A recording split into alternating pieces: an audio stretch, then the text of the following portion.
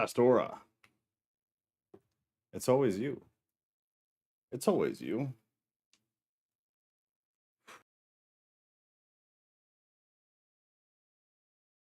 It is.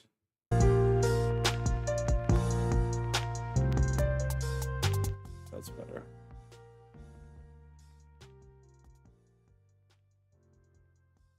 Oh, Scott. Scott, you missed Genesis, man. I would have liked to get some of your input on some of that stuff. It was good. It was very good. But would have been good to have you. I'm sure you would have had some stuff to say.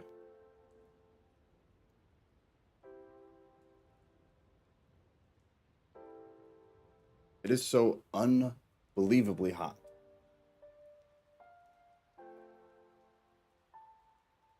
Good God.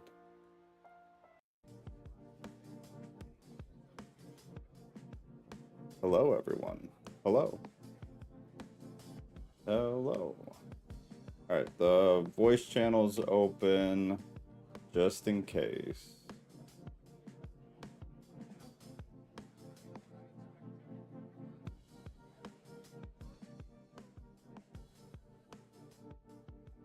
Ghost.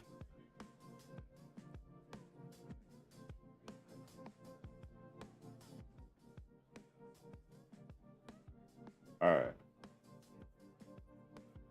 See, so 4 and 5, right? Or at least 4?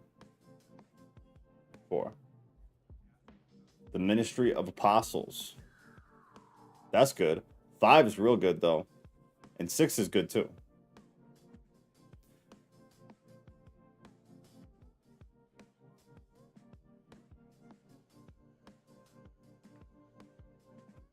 You're doing this to me.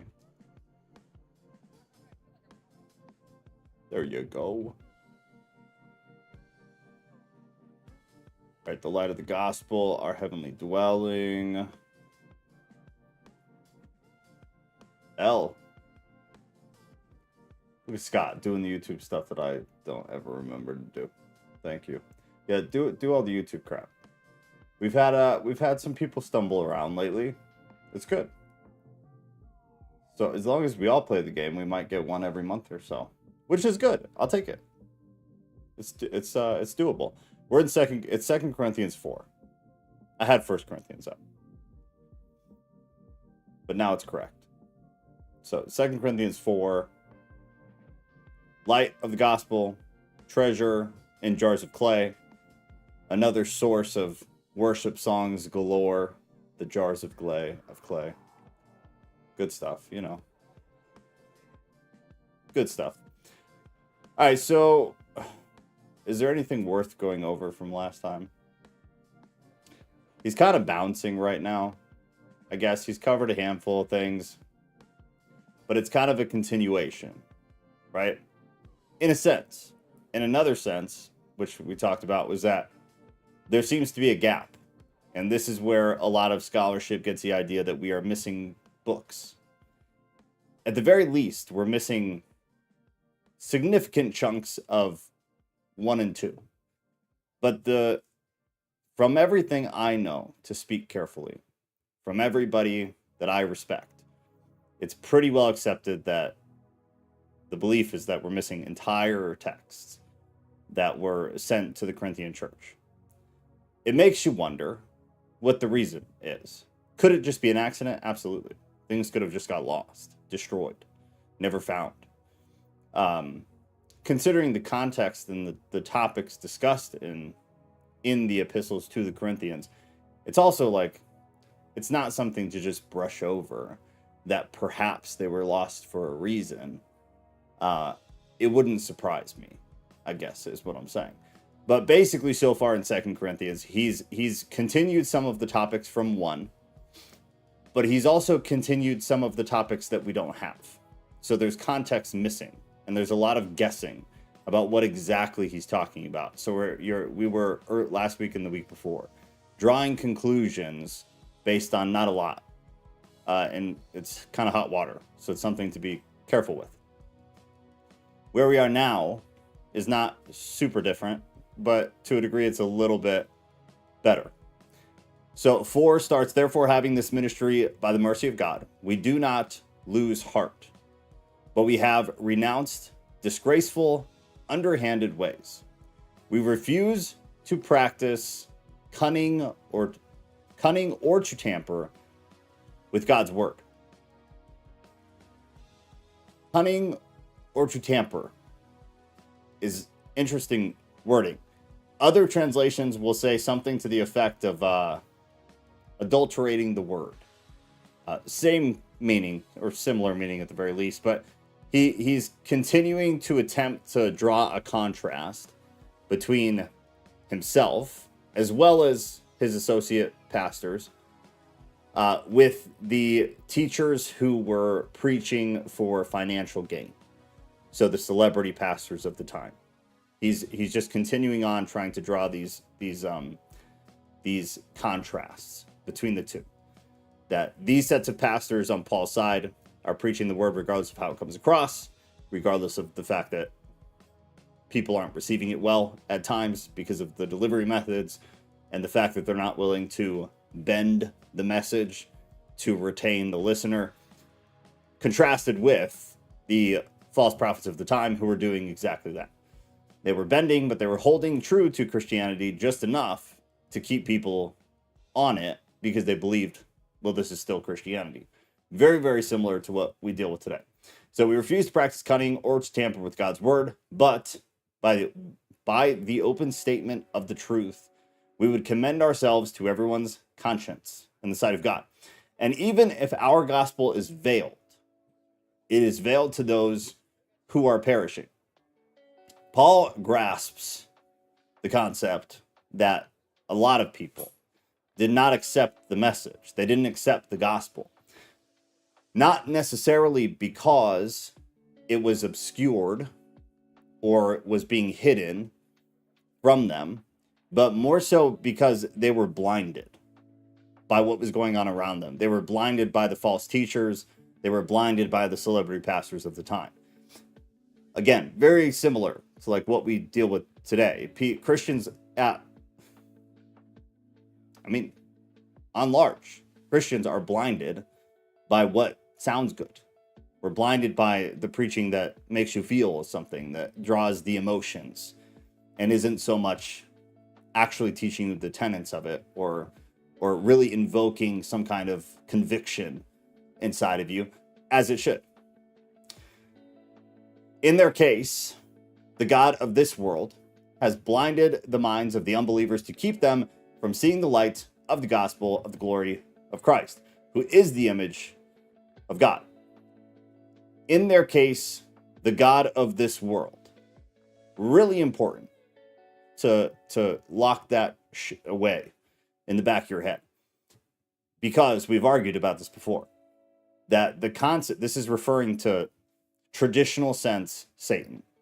Right? The enemy, the adversary, whatever fancies you. That is the God of this world. This is not the only place he's drawn that way. It's all over. It's all over. This world belongs to the evil one is a general theme across authors. It's not just Paul. It's a well accepted during the time understanding of what was actually going on in the world, who ran the world, who kind of had deciding say, who was the ruler of, and this is just more confirmation of it. So reference to Satan, God of this world, lowercase g. They said, God of this world, so Satan, has blinded the minds of the unbelievers to keep them from seeing. So he's keeping the people who already don't believe out of the mix.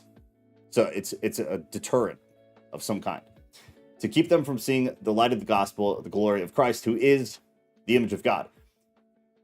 Jesus is always described as, not always, often is described as the image of God when Paul writes. Graves. Obviously, image of God is used a lot of different ways, a lot of different contexts across the field of Judaism to Christianity. It's a very versatile term, but oftentimes when Paul uses it in context, he's speaking directly about Jesus, and it's a way of describing who Jesus is in that he is like directly connected to God. It draws kind of a parallel. In other places, though, Paul teaches the newer Christians and teaches that the Christians are to conform to the image of Christ just as Christ bears the image of God. Same thing, different wording. People have been tripped up about it. There's Mikkel. It's the Theist Fellowship. It's a pretty accurate description.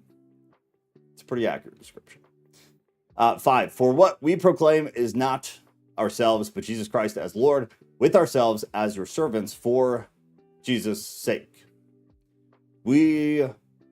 For what we proclaim is not ourselves, or do not proclaim ourselves.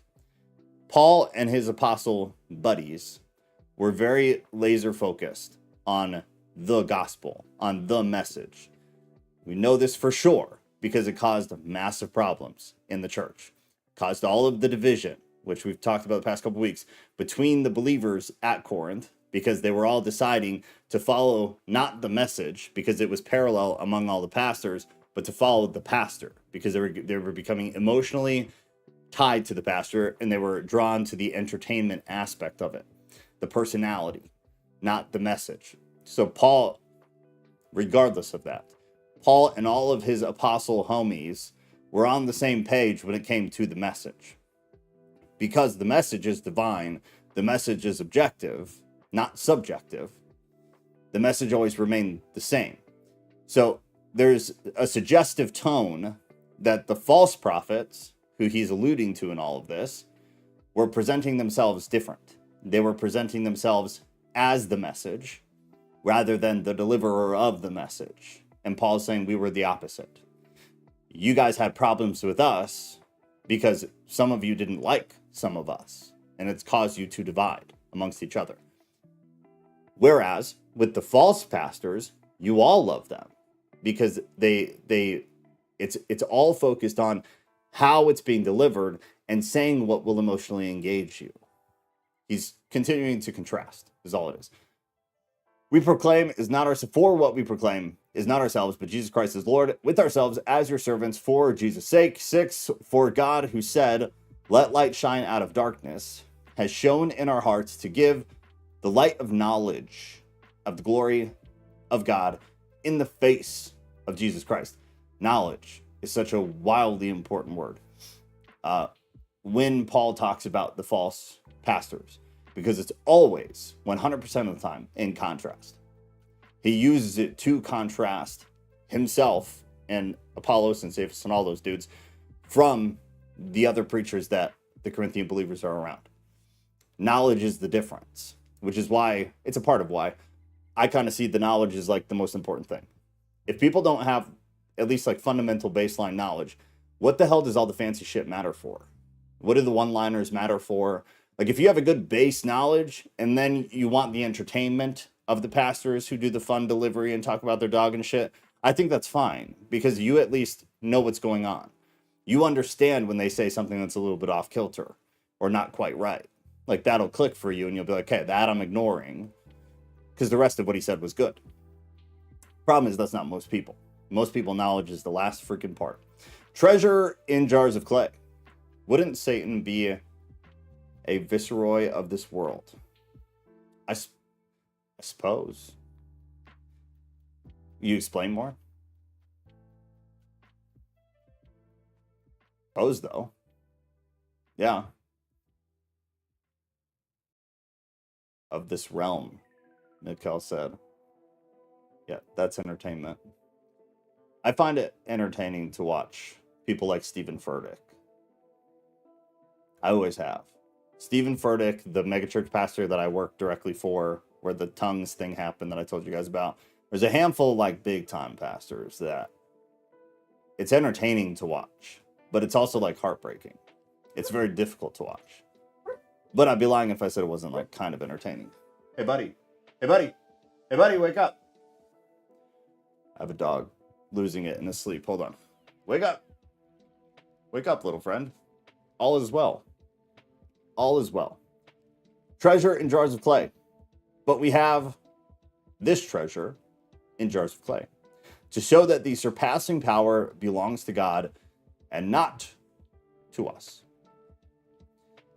The knowledge of God, the knowledge of the power, the knowledge of the glory, the knowledge of... I was talking about this with Kat the other day, actually. Like, quick caveat. The term glory is one of these, like, Christian terms that makes me cringe because of the way that it's been used. But also, glory, like, historically, Old Testament, New Testament, doesn't matter. Glory is like one of the most emphatic and important terms when it comes to like faith in general. Glory is like the word, but it's got this, and maybe it's just me, but glory's just got this real just asshole feel to it. To me, it's a personal problem, probably. I just cringe when people say glory, because I just don't feel like they mean it. Like when people talk about like the glory of God in passing, or even in like worship songs, or during I don't feel like they're thinking about what the word means. Like what are the implications of using the term glory to describe someone or something? And then when you hear or you read that glory is then attributed to you, like through Jesus, that should be like fucking mind-blowing to some degree. It should kind of blow your mind. This term glory is such a heavy ass word, and it carries so much weight, and it's just another thing that has lost all value in conversation, like all value. Compare it to like love. Like I love pizza, and I love going for walks, and I love this, but also I love my child and my wife, who I'd happily take a bullet in the head for. It's not the same thing. It's not the same thing. And to use the term all over the place, it just removes so much value from it, and it dilutes the conversation. It dilutes our ability to like actually understand what we're saying to each other. It just drives me crazy. Glory is like the word epic. Yeah, fair. Like everything became epic at some point in the past 10 years. Like, no, very few things are epic, because then the word doesn't make sense. It's very similar to that. Yeah, that's a good example. Anyways, that annoys me. But we have this treasure in jars of clay to show that the surpassing power belongs to God and not to us. So it's the knowledge, it's the power, it's the glory of God, the treasure. Also means other things in different contexts, though. So it's one of those ones that you kind of got to take it as you get it. Jars of clay. Earthenware jars will be another way you see that written. If you have I think only an older Bible will have that, is the earthenware jars. It's the frailty of it. It's the tenuous nature of humanity, the tenuous nature of people, or they're jars of clay. So he's again, because he loves to do this crap, he's contrasting. You have the knowledge and the glory, the power, the surpassing power of God, and then you have this meek, tenuous, frail humanity. Creator, creation. Through God's power and glory and what are more fun Christian words? Mercy. All of these things that are overplayed and have lost value, but are absolutely true if you actually say them with some kind of intention and meaning. They allow the gospel to exist in the frailty of humanity. But it requires the people to have strength. Got to be there. Glory, glory, glory, worldly honor, spoken praise.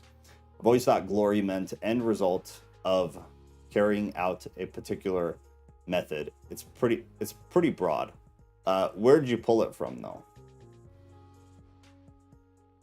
The uses themselves and the definition are broad in and of themselves.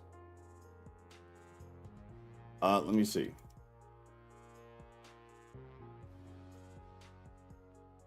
I'll find one of the good ones here.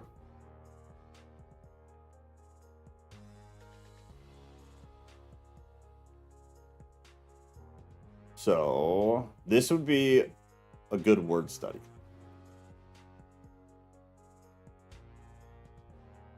The Hebrew word used for glory in the Old Testament, heaviness or weight are two of the big ones, and it's a describing term, right? So then when you put the spiritual context on it, it becomes something else, because we all have to remember that, like, from language to language to language, the way that things are expressed is obviously different, but the actual route in which you are expressing the thing and the intention behind the thing and the purpose of the thing, all of that is also different. So if you're trying to express like a feeling in Hebrew, it could be 2 terms. You could express a very similar thing with 12 terms. What would change is kind of like the context or the emotion surrounding it. And Greek wasn't a whole lot different, but the structure was all different. English is dumb. It's terrible. It's much worse. But we do the same thing. We do the same thing. Where we can express something one way and it means one thing. We can express it a totally different way and it could still mean that one thing. But we could also express another way and have it mean something entirely different, because we added more descriptive terms to it, or we added context to it. It can be a lot of different things. The context of glory is what makes it what it is in like a biblical context. Outside of that, I don't know what like the normal definition of glory is. I'd be like what the Webster's definition is. I'm not sure. But I know for Hebrew and Greek, it's like it's that's why I described it as heavy. It's literally means heaviness in Hebrew and is expressed as like a weight. Add the context then, and then it starts to make sense, which is just like that's how language works. The music is spot on. I wouldn't know. I have it muted in my ears because it drives me crazy, but I'm glad. I've tried to cycle away from some of the stuff I had going for a long time there. The power, the might, or splendor of an individual in Christian theology, this often relates to God. Also, exaltation, fame, glorification, glory of Christ, glory of God. You can't use glory in the definition. I know that's not you, though. I know you just copied and pasted that. Feel like I got this from Logos Bible Study Software. So interesting, though, because even using logos, you're not getting biblical definitions. You're getting descriptive definitions, which is why words are so hard.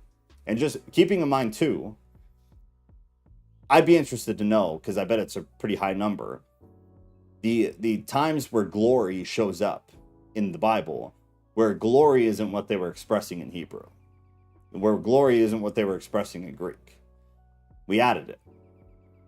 We add it because it sounds better. We add it because we want to emphasize. Or we add it because we have a hard time expressing exactly what the Hebrew was trying to express. And so it's used as kind of a filler. Which is it's the sad thing about the problem of translations, and why the translation issues is not something to be like flippant about. It's a serious issue. It's a significant problem that the translations are not accurate. They're not exact, because they can't be. When I stopped looking at God as some religious being and more as an alien who created and loves us, that was eye-opening to me and helped me pull away from the stereotypical Christian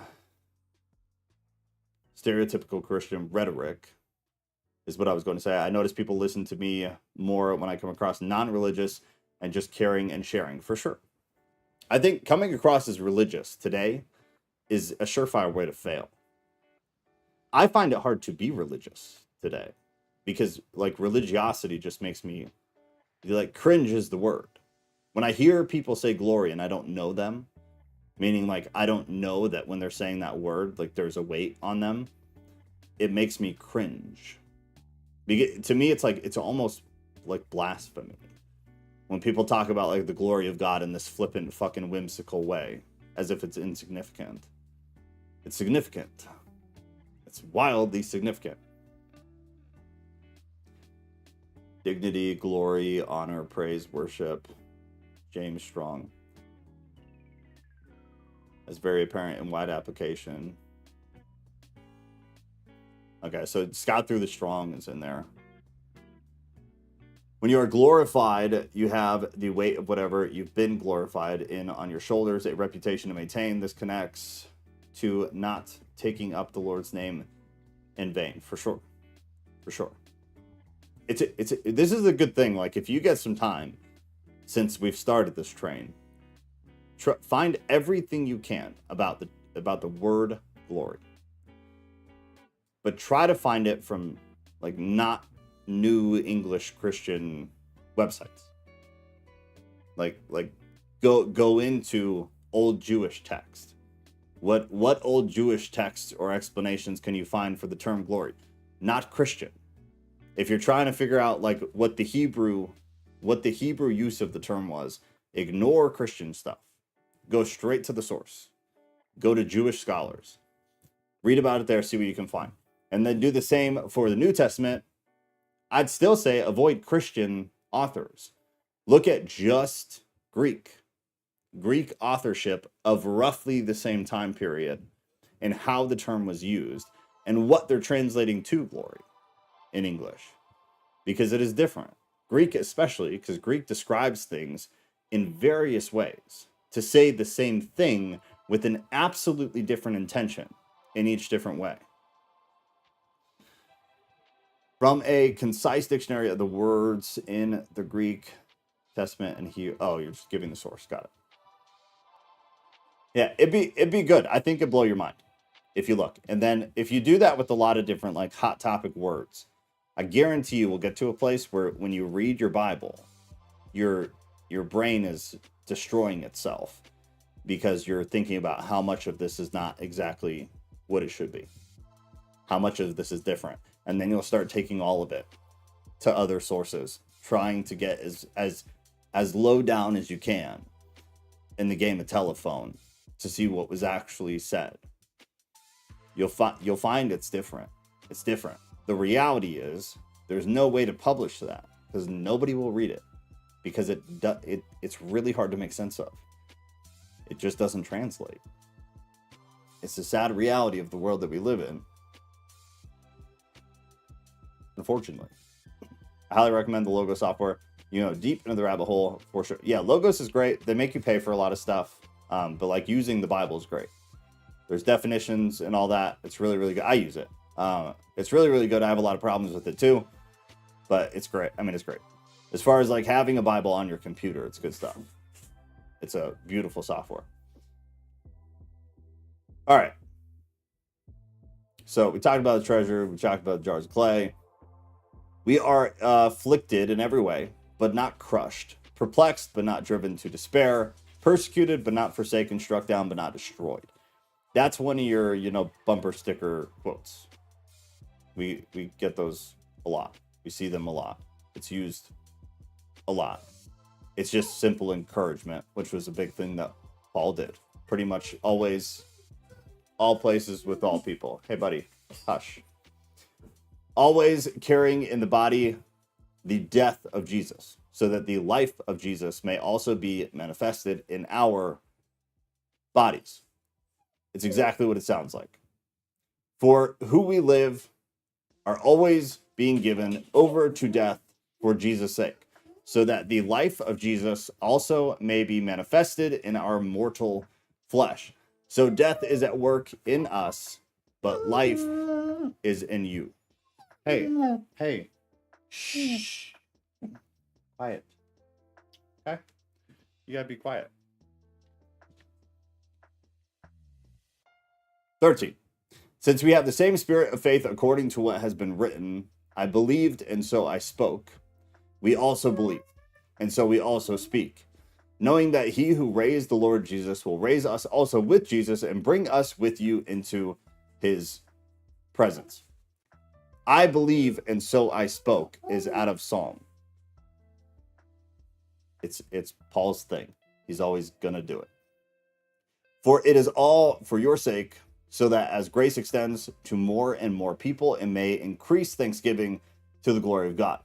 So we do not lose heart. Bumper sticker galore.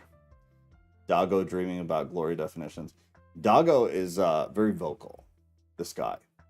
He is the most pansy German Shepherd probably on the face of the planet, which was the opposite of the reason that we got him. But we love him anyways. He's just not going to be good for what we intended to use him for. But we love him. He's a good boy. He's a good baby boy. Baby boy. You have no idea how surrounded I am. 2 women, not saying that they're animals, but just saying. 4 dogs, 4 cats, 3 snakes, and a lizard. I take ownership of the lizard. That's all. That's all. 2 of the dogs technically are mine too. Hey, bud, you want to come up here?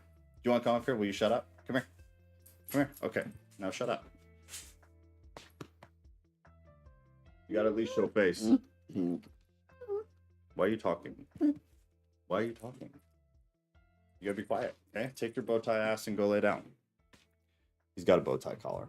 We need a mascot. That's a great idea. I like that idea. All right, 16. Hey. Quiet. Okay? What are you crying about? What are you crying about? Okay, then get out. How about that? Go. Be free. Goodbye. 13 cats, bro. But cats are the easy ones. I wouldn't mind the cats. The dogs are a pain in the ass. The snakes, not really a pain in the ass, but a lot of electricity. And they take time too. But like cats are like set it and forget it. It's like a Glade plugin. They just go live their lives, you know? St. Francis of Assisi. All right, so we do not lose heart. Though our outer self is wasting away, our inner self is being renewed day by day. Continual growth is all that it is. Renewed day by day. I feel like that is even a Christian trope at this point. Paul uses the concept several different places, but it's the process of salvation, right? I think Ghost was talking about this at one point. Is that like salvation isn't something that you like get, like you pick it up and you have it. You don't just like achieve it. He's your dog, Kat said. I admitted it after a minute. I said technically 2 of them are mine. He's obnoxious. Are you home? Is that why he's being obnoxious? It's the process of sanctification. And I feel like cultural Christianity has conflated the two, where like salvation and sanctification are 2 different things. And technically they're not. You could do gymnastics and make them 2 different things, but in essence they're synonymous. The process of sanctification is salvation. Depending on your theology, I guess, is the caveat. Because there are the people who dogs just went on each other's throats. There are the people who believe that no matter what you do, once you have put your hand up at the front of church during the worship song and some guy has come prayed over you, no matter what you do, you could go fund the Church of Satan, drink the goat blood, all that shit. No matter what you do, you could never lose your salvation. You could never no longer be saved. I don't subscribe to that. If you do, then we could argue. But if you are like me, where you believe somebody could choose to reject God after the fact, where if you believe somebody goes off and kills 35 people, assaults children, give the worst case scenario, but that individual is not still saved, quote unquote. They're not still going through the sanctification process. They've abandoned it. You have to believe that if you're a free will person. If you're not about free will, you're Calvinist, you're all about predestination, totally, you win. Because then all sorts of things that don't make any sense are possible. But if you are a free will person, then it just is what it is. You're renewed day by day, but you could stop doing that. And sanctification, salvation would end. It would cease. Doesn't mean it can't start again, but it means while you're actively engaged in debauchery, you're not being sanctified. Just by definition, it's not what's happening. Joe rescued 2 cats by himself. One cat. You were there for the other one, so you were a part of that. Is salvation up for grabs? I think so, yeah. If you mean that exactly how you said it, then I think so, yeah. If you mean it in more of a philosophical sense, then I'm not sure.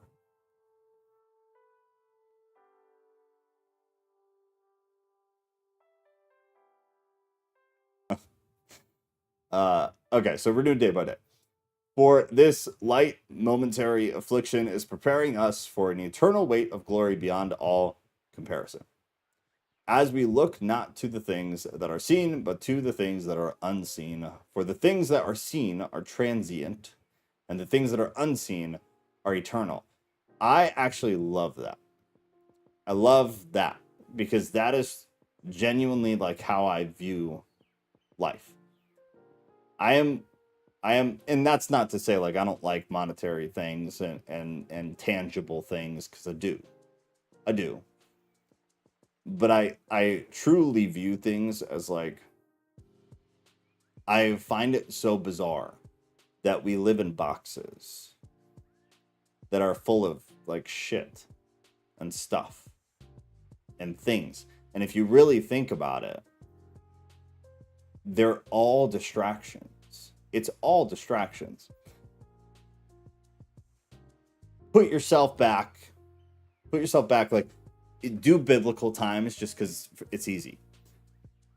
Imagine you were around like when Jesus was around, but you didn't know Jesus, you didn't know about him, just time period wise.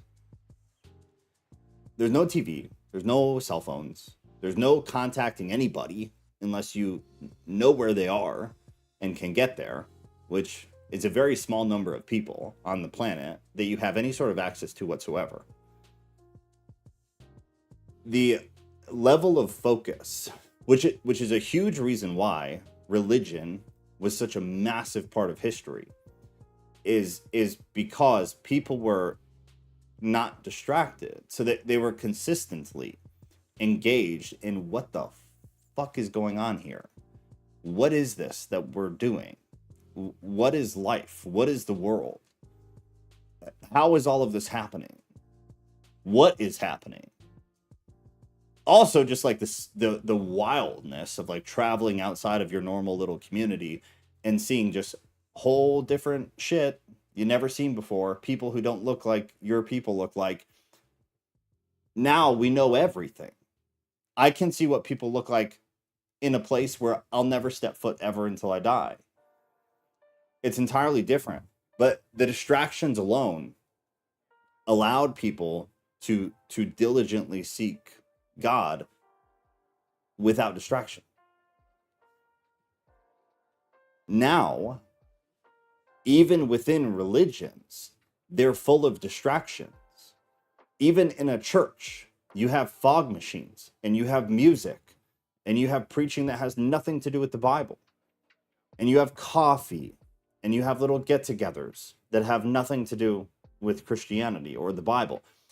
Even in church, it's full of distractions. I'm the type where I think all of this is intentional. From the television, the government trying to distract us, make us stupid, make us lazy, keep us from actually thinking about what's going on, to the religions doing the exact same thing. The dumber the congregation, the more distracted the congregation, the more emotionally vulnerable the congregation, the more manipulatable you are. The more they can get you to just go along with whatever it is they preach. The more they can get you to give to keep the church open. Everybody's just chasing their tail And nobody's actually one, like, learning what the Bible actually says. And very few people, in my opinion, are actually seeking God in like the traditional sense. People are seeking God through distractions. I don't think you can find God that way. I think you can find fleeting emotional reactions that way. Paul honestly sought God. But even like Corinth, distractions, all distractions. It's not just people meditating, like trying to connect. It's such a simple thing. All things are seen. All things that are seen are transient. All things that are unseen are eternal. Close your fucking eyes and like pray. Don't read stuff. Don't read a devotional, baby girl. Don't listen to a YouTube video about theology. Like, do those things. But if you're trying to seek God, don't do those things. That's the dumbest shit I've ever heard. I'm going to seek God by reading Jesus Calling, which are words from some random ass lady who took some Bible verses and attributed them to each day of the year and then gave her 2 pieces of what Jesus would have said. As a quick devotional for encouragement or small short information as something informative, that's great. But specifically trying to connect to God, close your fucking eyes, put earplugs in, and focus. It's all around you. Like, this shit, God is everywhere. He's everything. And yes, engage through people, engage through text, engage through lecture, engage through all those things. Very specifically, if somebody is trying to interact with the other side of reality, I am a firm ass believer. Nobody is doing that through a distraction. Those things are all good and they have their place. But if you're trying to connect with the other side of reality, with like that which created everything, I think it requires sensory deprivation, which is why I think like people use hallucinogens and stuff, because it deprives them of their normal reality, their normal senses, their distractions. It takes them quite literally somewhere else. I'm not condoning that. I don't think it's the way to do it, but I'm saying I think that's why some people do that. But like, eyes closed, ears shut, clear your mind, and actually engage. If I had to guess, most people are not doing that to the degree that they're doing the other things.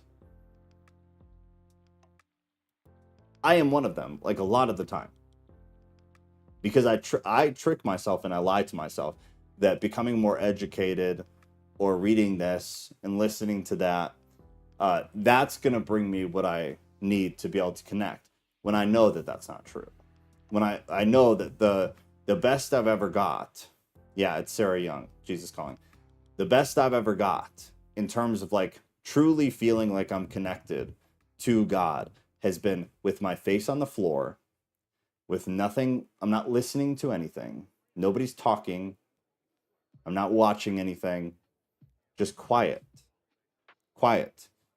I'm about to sound like a real hippy dippy here.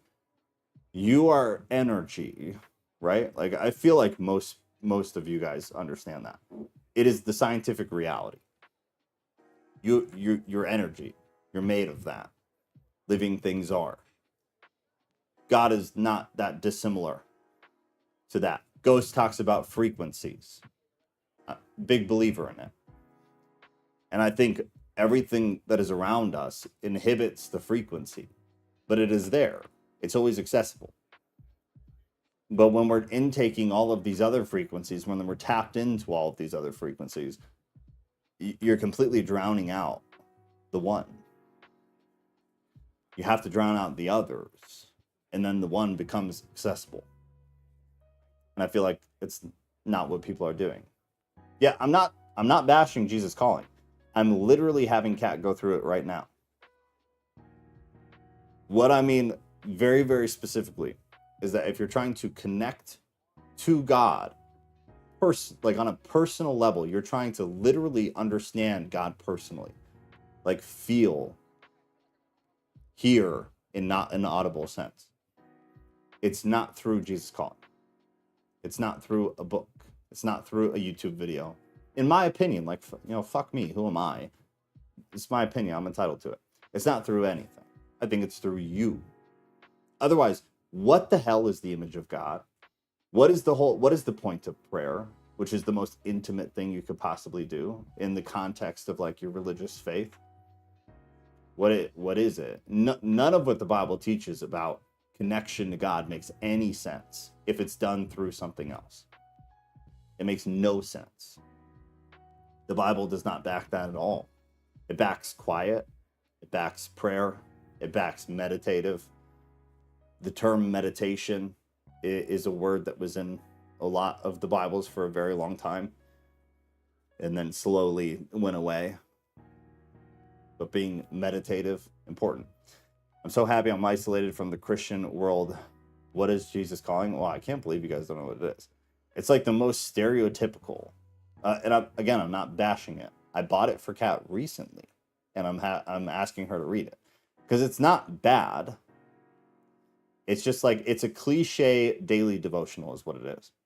Look it up. It's the best-selling daily devotional of all time. Jesus Calling. What it is every day you get a verse, and then she writes a page, a small paragraph, from the perspective of Jesus, which I never liked that concept because it's as if she's speaking for Christ. And I kind of have a problem with that. However, for some people, I think it does good. As a whole, not a fan. But that doesn't mean that it's not beneficial to at least some degree for the right people. And hopefully for people who can read it and be like, nah, that's not quite right. But I get the concept, and it's a good concept because it's a biblical concept. She tries to put her twist on things sometimes, but it's never like atrocious. It's never really, really bad. In the midst of it all, Paul saw his inner soul, the part of himself that was destined for eternal life, as being renewed day by day. Yeah. Be still and know that I am the Lord. Right. There are so many indications in the Bible that like the way of understanding God is to shut down, unplug. And that was written to people who were not plugged into anything. That was written to people who were not distracted by a lot. They were distracted by some pagan stuff going around. They were distracted in the New Testament, in both, by prostitution and things like this. But like the list of things that were distractions during the writing of the Bible, Old and New, were not a lot. And even then, the Bible emphatically tells you to disconnect from your normal life to seek God. What would be said today with how absolutely trashed everybody is in terms of being distracted? I feel like half of the Bible would be about getting the fuck away from electronics and from certain people and from your house. Like, get in nature, disconnect, get in quiet where the sounds of nature, like the sounds of creation, not artificial things that people made, and connect. Be still and know that I am the Lord is one of my favorite things out of the Bible. There are a handful of verses that are like absolute top notch. It's one of my favorites.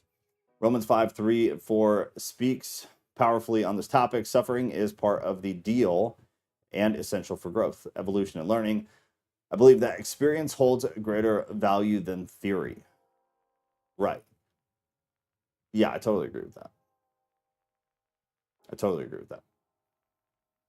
I think in so many different aspects, I totally agree with that. On a spiritual level, I agree with it. On like a career level, I agree with it. On a hobby level, like on literally every level, I'm pretty sure, unless I'm just not thinking of something. I agree with that. Experience holds the greatest value for anything. It's like, yeah, I'm glad you said that. So people will literally listen to YouTube videos about how to pray, right? Somebody will spend hours and hours or days collectively over months listening to people talk about how to pray. The person will not just shut up and pray. They're conceptually praying, which is not praying. They're trying to grasp like the theory of it, the concept of it, and in doing so, they're not doing it.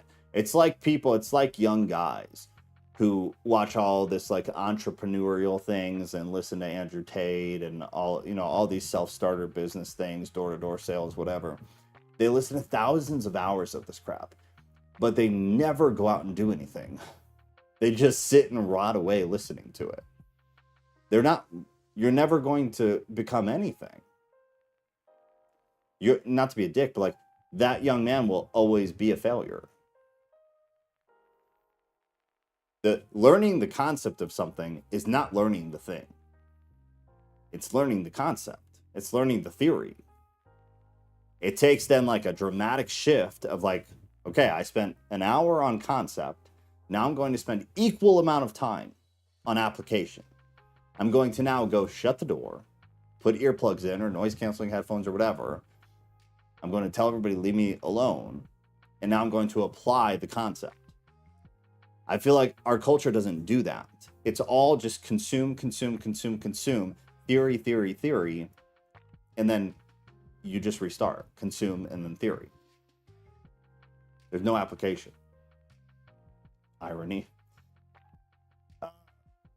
Imagine plants bitching about sunlight being hot, all while not understanding photosynthesis. I see suffering as a type of photosynthesis. Yeah, that's a great way to put it. It is like photosynthesis, for sure. That's a great way to put it. It's extremely ironic. Yeah, I like that. I think that's good. Oh, but it's just like one of those sad things, man. Like it drives me really, really crazy. It drives me really, really crazy. And what drives me the most crazy is that I still fucking do it. Right? Like I'll still catch myself doing it. To the point where like the application process for me, I have to schedule it. Because I'll get stuck in the cycle of consume. I'm doing a lot of different things like all the time. I'm very obsessive with the things that I'm interested in and things that I dedicate like time to. But I'll still get caught in like the consuming cycle. Consuming, theory, understanding, knowledge. But I'll just, you'll just reel and go in circles and circles and circles. And you have to force yourself to stop. Like stop. Because you're not remembering all that shit, man. Nobody is. Like consume enough to apply and then apply. And then consume more and then apply. And consume more and apply. And the spirituality aspect is no different. Like consume some of this stuff and then apply it. What can be applied? If it can't be applied, at least shift it from like reading the Bible or listening to me talk about the Bible, like the glory thing. Go apply that shit. Go look into that. Don't just listen to me rant about it for 5 minutes and a quick back and forth like in the chat. Go do it. And then you'll see. Because you can hear me talk about how translations are super problematic for the past year. And you could still not really, you're like, Joe's just kind of weird. He has some of these weird beliefs, but in general, I like what he says. So I'm going to sit here and listen to him. Go take the time and find out if I'm crazy or not. Go look. I'm super confident with a lot. And I feel like I'm honest when I'm not confident in something I'm telling you guys. I'm very confident. Because you're all pretty damn smart. If you took the time to go look into, start with glory, but look into other things, you'll find the inconsistency. You'll find the reality of the translations. Just they're fucked. They don't work. So some did the best they could. Some completely blew it, whether they meant to or not. Either way, we're stuck with the Bible we have, and we have to live and function off of it. Go look. Go see. I know some of you do, but I bet not everybody does. Here's a quote that enriches me from Austrian poet Rainer Maria Rilke, or Rilke. I don't know. We are only where we praise nonetheless. That's pretty good. We are only where we praise nonetheless. Yeah, I like that. I like it. What does that author write? Is it a poet? Oh, you did. You said poet. Okay. Okay. Interesting. Is there other good stuff? We are only where we praise nonetheless. I like that. That's really good. Yeah, because if we don't suffer at all, then we get stuck in a comfort zone and sometimes we never grow. So suffering is definitely a part. These storms will pass. I don't think it's possible to grow if you're not uncomfortable. I'm one of those guys. And maybe you wouldn't call that suffering, but I think like most people in 2024 would call discomfort suffering. But I don't think you can get better at anything or become better or stretch in any sense of the term unless you are at least uncomfortable. But normally, I think you'd suffer to some degree, depending on what it is. But I think there's discomfort no matter what. Praise and focus are intimately related. They're absolutely related. This will be the last thing. Kat and I were talking the other day about like repetitious prayer. Letters from a young poet. All right, let me pull that up before I forget. Letters from a young poet. Is there an audiobook? Because that is the question. There is. Beautiful. All right, I'll listen. That was great. That was a great quote. Last thing. So Kat and I were talking about like repetitious prayer, which we've talked about too. The Bible talks about it in primarily a negative light, but then it also encourages you to do it. So I remember we had a kind of conversation about it. But we were going back and forth about like take the Our Father, like Our Father who art in heaven, hallowed be thy name, thy kingdom come, thy will be done on earth as in heaven, blah, blah, blah. All y'all Catholics know all of them. Like Glory be, Hail Mary, Our Father. I could still say them. All of them. I don't think I've prayed any of them in probably 15 years. Maybe 20 years. But I still know them because we repeated them over and over and over with absolutely no intention, no meaning. It was not praise, and it is not prayer. However, the reality is that one of the kids next to me in Catholic school could have been pouring their heart out as they said, Our Father who art in heaven. They could be meaning it, like truly meaning it. Every word they're uttering, their heart is like pouring into the word. Because if you say the words, it's a pretty serious prayer. So if the praise is there, which takes intention, and the focus is there, which is the only thing that allows you to actually praise, then that's prayer. What I was doing in Catholic school was not prayer. I was repeating shit. That's all that I was doing. I was memorizing and I was regurgitating because I was forced to. Not one time did I say Hail Mary and think about Mary. Not one time did I say Our Father and meditate on the words as they came out of my mouth. I didn't attribute the glory to the words. I just said the words. Nothing to it. So we're talking about like, is that okay? And like I said, I know that we talked about it too. But it's exactly what Ghost and Pastor were just saying. The praise, to me, praise requires focus. Otherwise, praise is not praise. Same, swap it for prayer. Prayer requires focus. Otherwise, prayer is not prayer. It's just you babbling. It's you babbling or you regurgitating something. And that's still what that's what Christians do. A lot. That's what a lot of Christians do. Luckily, a lot have moved away from that. but it still happens quite a bit, I think. And I think that's how most people still read the Bible. I think most people, in my experience, read the Bible as kind of like a quota. Like, I'm going to read the Bible in a year. I have to read these verses every day. And so they just rush through it. And also, that shit makes no sense because the Bible in a year has you skip around all over the place. And it makes me want to puke. It's so atrocious and it's so bad for people who aren't like really astute biblical people. Terrible, terrible, terrible. But beside the point, they rush through it because it's like, this is my quota. There should never be a quota when you're reading the Bible. If you read 2 verses, great. Because you could read 2 verses. We've done it before where like I've read 5 verses for an hour because we talked about it, or I explained a whole bunch of stuff. It's very easy to take like chapter 5. You could read this in 3 minutes. Today was short, so maybe 35, 40 minutes to read 2 paragraphs. Because like I'm reading it, and then we're stopping and talking about it.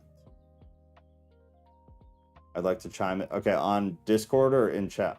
The Discord voice thing is open. Okay. But while we wait for it's the intention. When you pray, it's the intention. When you read the Bible, it's the intention.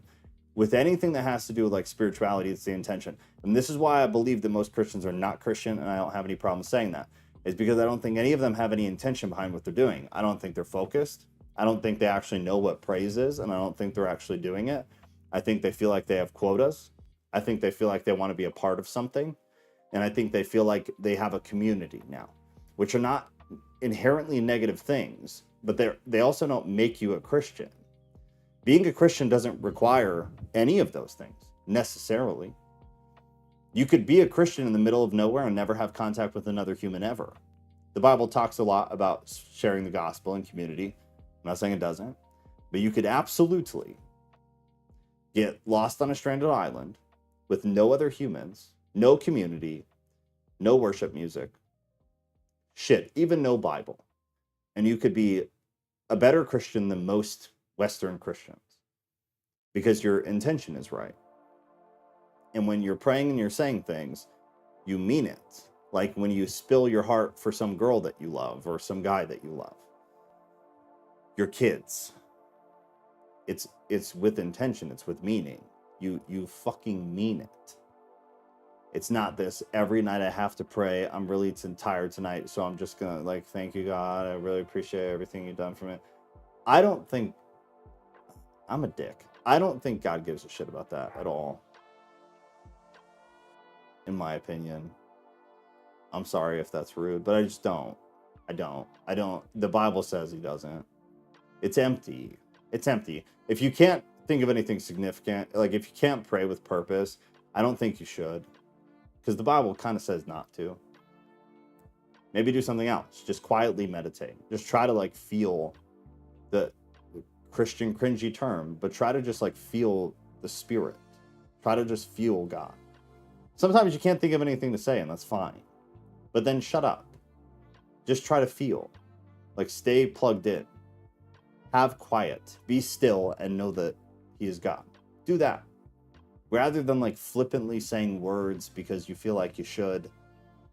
Because you have to pray. So you end up saying a bunch of stuff that just like there's no heart behind it. There's no meaning behind it. In order for something genuine to exist, counterfeits must also exist. It's frustrating. Vain prayers. So do you think in order for genuine prayer to exist, there has to be disingenuous prayer? I don't know if I agree with that, unless I'm just not thinking about it all the way. Meaning, like, I guess I get it on like a bigger picture, but it's mostly just because I believe you'll never have everybody praying in a genuine sense. But I think you could. I just know that you never will. Maybe I'm not thinking about something though. Christianity is the safest gang organization on earth, depending on our location. I think Jesus was a total renegade. Society is so culty. Jesus was a rebel. Yeah, that's how I always describe it. He was a rebel. That's what he did. All he did was F stuff up. All he did was cause problems for establishments. The religions, the governments. All he did was just really piss people off, like a lot. Christians don't do that. Christians right now are bending over and spreading for whoever is trying to F with them. I would rather listen to you explain the story than be in church with people only being nice on Sunday. But when I'm in my mind at work and my client is asleep, I tend to just sit back and talk to God in my head. Yeah, which I think is the best thing. One thing that I used to do is like I'd write on my hand, like a reminder. And anytime I saw the thing on my hand, I'd literally just stop and like check in. And even if it was just like acknowledging that that God exists, that this is a real thing, that even in the mix of my daily life and all the busyness and all the craziness, like, oh shit, that's right. Like there's like this massive thing that created everything, and there's something really wild going on that I'm absolutely ignorant to, and I'd like to be a part of that going the way that it should. It was just a reminder. And then I had a buddy who we would both wear classic rubber bands, and whenever one of us seemed like we weren't like plugged in or paying attention, or if one of us did something like against our values or said something that we shouldn't have said, we'd look at each other and like snap the rubber band. And that too was like a cue of like, shit, got it. I'm back. I'm clued back in. But I think that's good. Just talking. That's what I tell people to do. Just talk.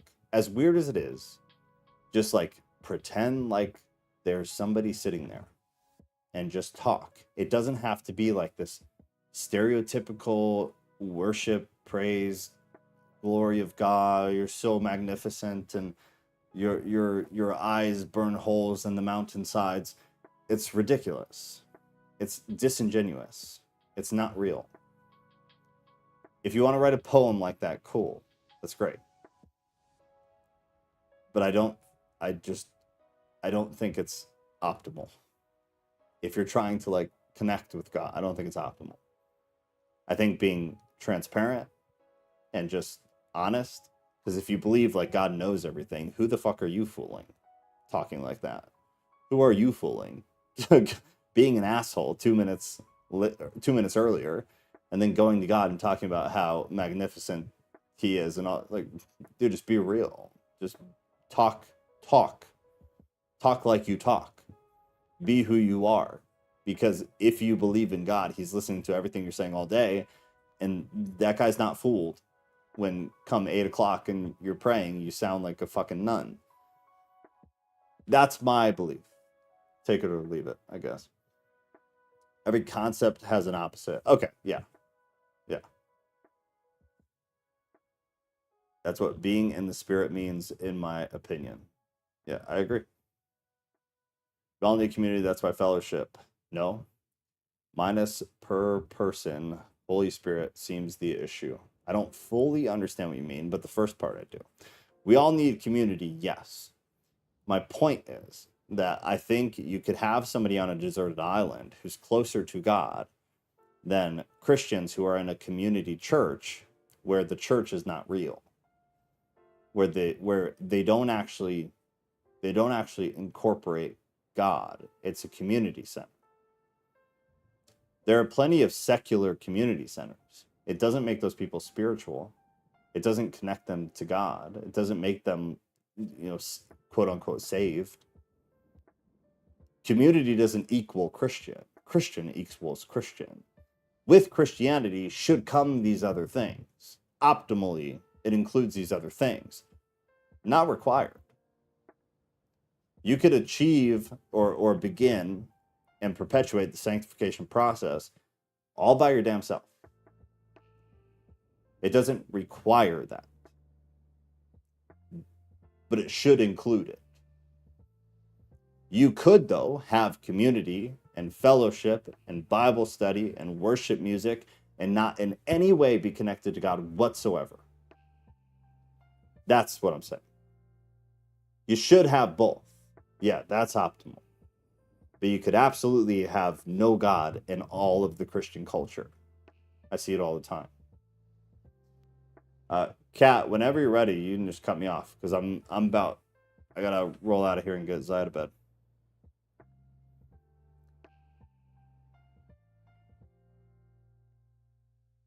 While we wait for Kat, reminder, Sunday.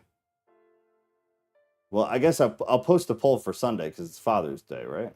Or Mother's Day. What day is it? It's a day. What day is Sunday? What is the holiday? My calendar doesn't tell me. Is it Father's Day?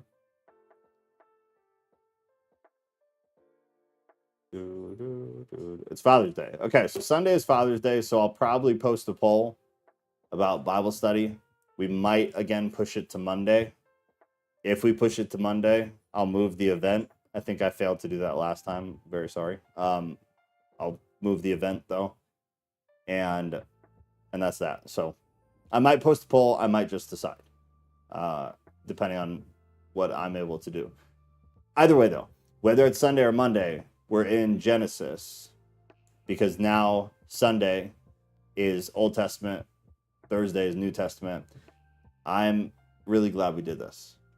It's good for my brain personally, and it was a lot of fun. Doing Genesis on Monday was good. It's very different, so it's like it's just fun. I don't know. I had a good time. So that's the deal. So we'll do that on Sunday, and then back in 2 Corinthians on Thursday. We're doing both in chronological order, to the best of our ability. We're doing them in chronological order. So the stories will line up as best they can, and you can actually kind of follow along as best you can. Lots of people come to church to catch the spirit or get some vibrancy from God and his people, but even one person faking the funk can bad seed a fellowship. Agreed. Hot take, everyone is spiritual. The question is, what spirits are they host to? 100% agree. I don't think it's a hot take at all. At all. In 2024, it's Parent Day number 2. Hell no. Hell no. Some of the pre-scripted prayers are really cool. Could we utilize them as a tool in our spiritual practice? Can we learn from the initial intention of the authors? I've been curious about this. Yeah, that's what Kat and I were talking about. Because she was like, well, what about the Catholics? Like, is what the Catholics are doing, is it wrong? No.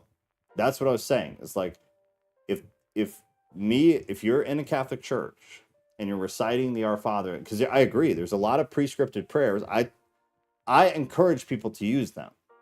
But what I tell them to do is like print the prayer out or have it on your freaking phone or whatever, but read it and stop at every line and actually think about what you are saying. And then once you memorize it, you have to do that even more because the human brain works in such a way that once you have something memorized, it will not give as much capacity to the thing. Because your brain sees that as I can save power here, not put as much into it because I know this now. So you have to intentionally, when you do those prayers after you know them, be like, slow down. Our Father, what is our Father? What does that mean? Like, that's very personal. That's like a father to a child. Who art in heaven? Okay, what does that mean? Well, he's above. He's on the other side of the veil. It's the other reality. That's you. Wow, that's really big. Hallowed be thy name. It's breaking the whole thing down, like in actually freaking thinking about what it is that you are saying. I think pre-scripted prayers are awesome. They're just really, really dangerous if you are not aware and you're not accountable and responsible in the way that you use them. That's all. I'm a big fan of them. They're just really, really dangerous. Talk like he's a father who loves to hear and see our faith. I talk to him just like he's one of us, even though I know how badass he is. Agreed. Reciting a pre-written prayer won't work unless you grasp the meaning. Right. It's all about the the understanding and the intention of it. If you can pray it and you can truly if you can grasp it, conceptualize it, apply it in your brain, then it's good. If it's Hail Mary, full of grace, the Lord is with thee, and you have no clue what you're saying, no, don't do it. Bad. You're better off just silently meditating. Like, try to connect until you find one that you can like, damn, I can really get behind what is being said here. I would love to see like people like us write some. I would love to see that. I've written some in the past that were like just for me, but that I did recite because they're things that were important to me, like perpetually. That'd be interesting to see. If anybody's willing to do it and you post one, I'd love to see it. But I understand sometimes those things are personal. So, Kat, if you want on, baby, let's go. I gotta put Zai to bed. I see you in the room. I just don't see you unmute. I'm about to text Kat when we're in the same house. That's really embarrassing. It is pretty embarrassing. Hi, friends. Hey there. Hey, friend. What's up? I just want everybody to close their eyes for a second. It's Sicily, 1912. But it's actually August 14th, 2021. And Joe took me to an animal expo. And it was a 45-minute drive. And he said, we're not getting any more animals. It's not going to happen. Enjoy the snakes, hold the lizards, whatever, but we're not bringing any home. And he kept going on and on and on about how we're not going to bring home any animals. And then we walk into the building and we get checked in. And the first booth that Mr. Martin sees is a booth full of kittens. And so we went and we talked to the crazy cat lady, who was indeed a crazy cat lady. And she goes, oh, do you want to hold one? And Joe said, yeah. And I said, oh, it's going to happen. And he picked up Zeno and he said, where's the ATM? And then we brought home Zeno. 2 cats, Joe, that I cannot claim. The other one I saved from a warehouse. The other one you saved from a crazy lady. Yeah, that's fair. That's fair. She was a crazy farm lady. A crazy barn allegedly lady. She was alleged. Yeah, barn lady. Yeah. I mean, it's fair. It's fair. But none of it would happen were it not for you. So that's not fair. It is fair. I'd have 1 dog and that would be all. And how boring would your life be? I mean, boring. It'd be more boring, yeah. I mean, my life before you was mattresses on floors and no decorations, you know? And boiled chicken. Can't forget. Boiled chicken every day. Every day. Gross. We season chicken in this house, baby. We do. Joe, it seemed God put these cats into my life because my girl and I can't have kids. Probably, yeah. You need 5 cats to every 1 kid that you wanted, though. So if you wanted 3 kids, you should have 15. Absolutely. Or is it 10 to 1? Is it 10 to 1? It's 10 to 1. I mean, so you should have 30. Yeah. And if you wanted 2, you should have 20, so you need to get 7 more. I mean, it's cat math. Joe exposed your freaking soft as butter. I mean, it's true. It's true. She's turned me into kind of a bitch in a sense. In the softy kind of way. I mean, it is what it is. It is what it is. Joe likes when I catch him frogs when we go out. Yeah, except last time you pussied out and I had to catch it. Oh my god. That frog was huge, dude. It was a big frog. And I caught it, so. You did not as big as the one that flew out of my tiny lady hand. Mine was way bigger. The one you didn't catch? Correct. Okay, got it. Just wanted to be I clear. had a whole leg and a whole Pete right in my paw before he left. It doesn't count.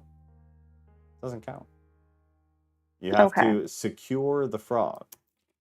Mine was bigger. Yours would have been bigger had you secured it. You did not. All right. I gotta go put my kid to bed. Sunday I'm gonna guess will probably be off. If it is off, we'll do Monday. So I'll change the event. So just be aware. It'll still be at 6 o'clock on Monday if we do it Monday instead of Sunday. It'll be Old Testament, Genesis. We talked about creation a bit. We talked about the firmament, the flat earth, the dome. We're going to get to giants pretty soon, some angel stuff. So if you don't normally come on Sunday, I would encourage you to come. It was pretty good. It was a good time. Other than that, I got nothing. So y'all have a lovely night, and I will see you on Sunday. Graves, good luck with 13 cats. That's a lot of cats, bro. That's a lot of cats walking around. Rate me up. I'll send you kitty cat food. How many cats did you have, Cat? Like at the top? I don't know, honestly. You have probably more than 15, though. At least 15. Okay, yeah. Yeah. There were a lot of babies. Crazy. But I was a child, just so that we're clear. I was not a cat hoarder. Yeah, no, it was her childhood. All right. Let me see. Oh, yeah, that's it. Happy Father's Day. If we do not talk on Sunday, it is not Parents' Day. Fuck all that. It is Father's Day for fathers, because fathers are important. Wait, what? Yeah, well, they're trying to get rid of everything, Now LGBTQ has like 95 days out of the year. Veterans get 2, fathers get 1, mothers get 1. But now they're trying to not do mother and father because it's gendered. So it's supposed to be Parent Day and then Parent Day. And Ghost made a comment about it. So Absolutely not. yeah, it's disgusting. So happy Father's Day to all the fathers. Happy Father's Day. Do father Even shit. to anybody who has only cats, happy Father's Day. That's still a father. Absolutely. I'm going to say something and then I'm going to end the stream because I'm probably going to get in trouble. That is called being father of the pussies.